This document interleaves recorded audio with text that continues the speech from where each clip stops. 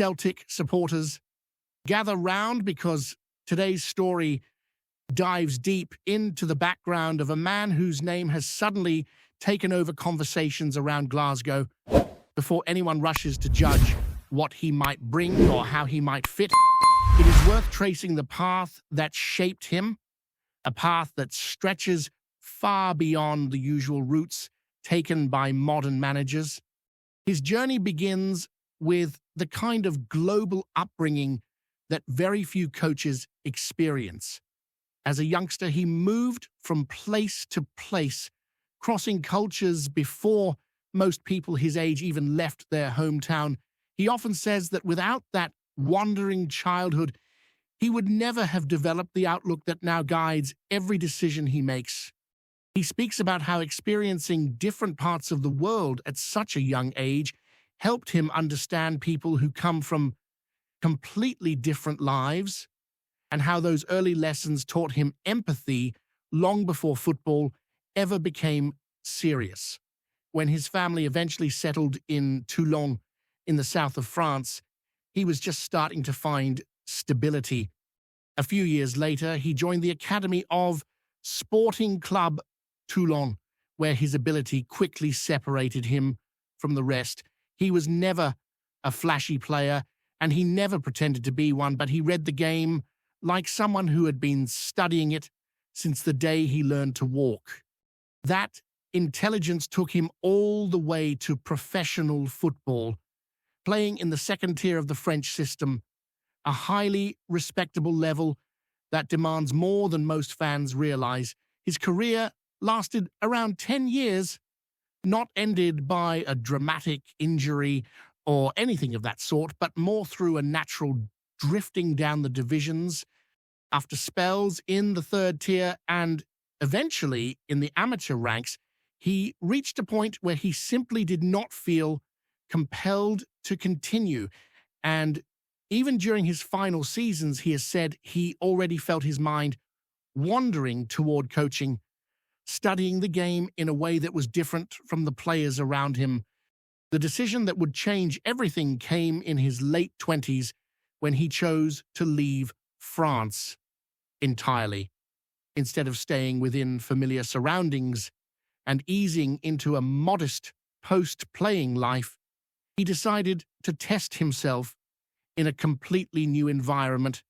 He traveled to Montreal, partly because he had always wanted to step outside his comfort zone, and partly because his family was scattered across North America at the time. A 2-week holiday turned into a major life-turning point. He often talks about how he trusts his gut instinct above all else, and Canada gave him a feeling he could not ignore. So he stayed. He kept playing for a while, representing the University of Quebec at Montreal, and even winning the league's most valuable player award, but something within him had already shifted. Coaching was beginning to call louder than playing. His first coaching role could not have been further from glamour. Instead of stepping into a polished academy or a high-profile assistant job, he started with an under-14 girls team. Some people have used that detail to question his credentials, but in reality, it shows exactly how unusual and determined his path has been. Nothing has ever been handed to him. No famous playing career opened doors. No former glory guaranteed opportunities. He built everything from the very bottom, step by step, never shying away from the grind. From those early years, he moved into the academy of Montreal's professional club, working at every level imaginable. Under-8s, under-16s, under-21s, you name it, he coached them all. He spent years shaping young players, learning how to teach, how to communicate, how to challenge and support in equal measure. By the time he finally reached the senior staff as an assistant, he had already accumulated more on-field coaching hours than many managers who are far older. When the head coach left unexpectedly, he found himself stepping into the biggest job of his career. After years of being patient, years of waiting, years of learning every inch of that club's structure, he finally had his chance. His first season as manager came with more complications than most coaches experience in an entire career. Travel restrictions meant the team were not even playing in their home city, and pre-season was rushed. Key players were unavailable. Many training sessions were filled with academy players stepping in for first-team regulars stuck abroad. Despite all of that chaos, he kept the team steady. They finished mid-table, nothing spectacular, but impressive given the circumstances. What mattered more was how quickly the club backed him. Within 2 months, they extended his contract because they were convinced by his ideas, the way he handled players, and the calm authority he projected. He delivered silverware that season too, lifting the Canadian Championship. While the tournament does not have the prestige of major European competitions, winning it still requires consistency and focus, and he guided his squad through it with clarity. That achievement gave him momentum going into the following year, a season that would transform his reputation entirely. Montreal became one of the most exciting sides in the league, finishing near the top of the table, scoring freely, recording club records for wins and points. He finished second in the voting for Manager of the Year, missing the award by the slimmest margin possible. And with his stock rising rapidly, interest came from across the league, but behind that success, trouble was brewing. His relationship with the club's owner had begun to fracture. A heated exchange after a disappointing match created an internal storm that never fully passed. Reports described the confrontation as intense, with strong words that left lasting marks. Some players believed he would be sacked on the spot.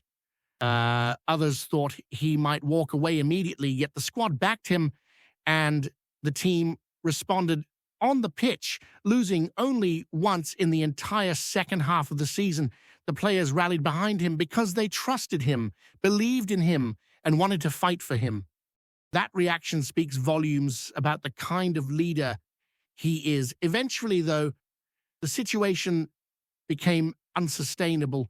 He made his decision. He would finish the season and move on. When he left, some players were publicly disappointed, even requesting transfers because they wanted to follow him. That does not happen unless a manager has earned genuine respect.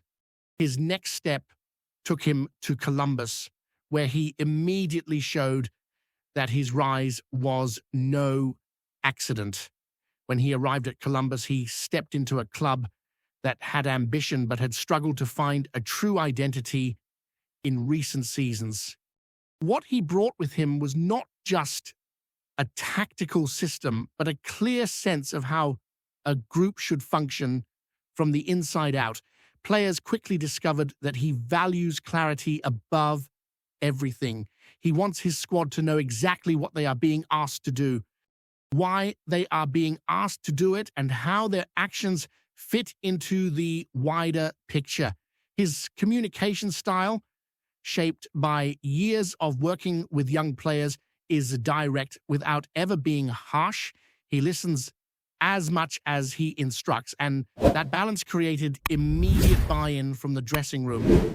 Slowly but surely, Columbus began to shift into a team that reflected his footballing principles. He demanded bravery on the ball and intelligence off it. His sides play with rhythm rather than chaos, building sequences rather than firing hopeful passes. It's a style based on constant movement and trust, where every player knows the next step before the ball even arrives. Supporters started to recognize a pattern to their performances, something that had been missing for a while.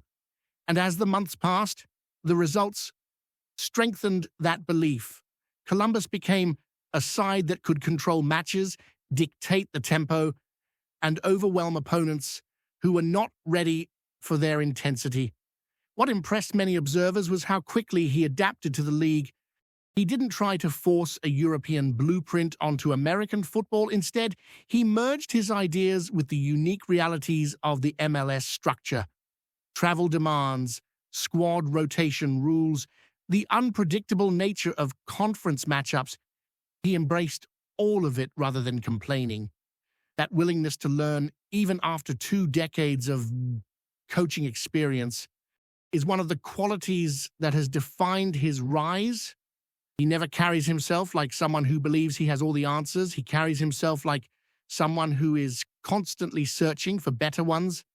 And that humility often makes his teams overperform. Players who have worked under him frequently talk about the environment he creates. They describe sessions that challenge them but never drain them, meetings that are focused but never overwhelming, and a working atmosphere where respect flows in every direction. He demands professionalism, but he does not treat players like machines. He understands people, perhaps because he grew up learning to understand cultures, languages, and personalities that were different from his own. That emotional intelligence often becomes the difference between a squad that listens and a squad that believes. As the results accumulated, so did his reputation. Analysts began highlighting the way he used his fullbacks, the way his midfield rotated, the manner in which he encouraged his forwards to drop deep and create combinations. Columbus started to play with a fluidity that made them difficult to defend against. It wasn't possession for show, it was possession with purpose. And the fans felt the shift. They felt that something was building, something real, something sustainable, but with success often comes interest, and whispers soon floated across the ocean, suggesting that a certain club in Glasgow was taking notice. At first, it seemed like nothing more than speculation, but as the weeks rolled on, the noise grew louder. Some supporters questioned whether someone with only a handful of years as a senior manager was ready for the enormous pressure that comes with Celtic. Others pointed out that those few years were filled with achievements that many coaches never reach in an entire career. And when you add his decade of academy work and his time as an assistant, it becomes clear he is not some overnight arrival. He is a coach shaped by a long apprenticeship. His background also offers something different from the recent managers who have passed through Celtic Park. He did not inherit success. He built it. He did not rely on reputation. He earned respect, and the long way. At Montreal, he turned a chaotic situation into stability. At Columbus, he turned stability into ambition. At both clubs, he transformed the way players carried themselves on and off the pitch. That is not accidental. That is a pattern. People sometimes worry that a manager coming from overseas will struggle to understand the unique demands of Celtic, the intensity of the support, the pressure of winning every single match, the heat of the rivalry that dominates Scottish football. But while he has not lived this exact environment, he has lived pressure in his own way. He took over Montreal in the middle of a pandemic with his squad training in fragments. He navigated internal conflicts with ownership while keeping his team focused. He left a club after standing his ground because he believed in protecting his players from interference. Those experiences test a person's resolve. They harden you. They teach you to trust your conviction even when the situation around you tries to bend it. And if anything, Celtic may be one of the few clubs where he will not need to explain the value of unity. Supporters here understand what happens when everyone pulls together. They know what it looks like when the squad, the manager, and the stands all move in the same direction. That connection can give a coach like him exactly what he thrives on. A community that invests fully, emotionally, and vocally. In return, he brings a style of football that encourages bravery, ownership, and expression. Another point that makes him intriguing is the team he may bring with him: his longtime assistant, his fitness expert, his analysts. These are people who have grown with him, who understand his methods thoroughly, and who help translate his ideas onto the training pitch. A manager is never truly alone, and the consistency of his backroom staff is a large reason why his teams execute his philosophy so cleanly. If he arrives at Celtic with those trusted figures beside him, it could accelerate the adaptation process massively. Of course, no manager arrives without challenges. Celtic's squad needs strengthening. Injuries have disrupted key areas. The expectations are enormous, and there is little margin for slow progress. He will be stepping into a club where every pass, every substitution, every tactical shift will be dissected. But pressure does not seem to scare him. When things were tense in Montreal, his response was to lead from the front and guide the players through it. When he stepped into the Columbus job, he inherited uncertainty, yet managed to build clarity. He does not run from responsibility. He steps toward it. Before we proceed, subscribe to our channel and enable notifications to receive all exclusive news about Celtic FC. Don't miss any details about your favorite team. It's extremely important for Celtic FC fans. Whispers are swirling through Glasgow's East End, carrying a rumor so bold it borders on fantasy. LUKA Modric, LUKA Modric has supposedly put pen to paper with Celtic. Nothing has been confirmed by the club, and no official word has slipped from the players' camp. Yet, the chatter refuses to die down. Supporters have been buzzing outside Parkhead, some claiming a friend of a friend has seen documents, others insisting they spotted a familiar figure slipping through a side entrance with a green and white scarf tucked under his arm. The story began as the sort of late-night murmur usually dismissed by breakfast, but by dawn it had grown teeth. Local pundits are hedging their bets, careful not to dismiss the idea outright. After all, Celtic have surprised the football world before, and the notion of a Ballon d'Or winner choosing the cauldron of paradise for his next chapter has ignited the imagination of even the most skeptical. Some fans swear they've heard snippets from inside Lennoxtown about a veteran midfielder asking detailed questions about the club's training routines and the intensity of Scottish football. No one seems to know what might have drawn Modric north, though theories are flying everywhere, from a long-held admiration for the club's European nights to a desire for one last challenge in a place where football is lived rather than merely watched. A few even mutter that he's been seeking a stage where his experience could shape an entire dressing room. Celtic's corridors are notoriously tight-lipped, and the silence from both sides has only fueled the fire. Whether this is the biggest wind-up the supporters have ever faced or a quiet masterstroke orchestrated behind closed doors remains to be seen. But for now, Glasgow is humming with anticipation, the kind that crackles through the city before something seismic happens.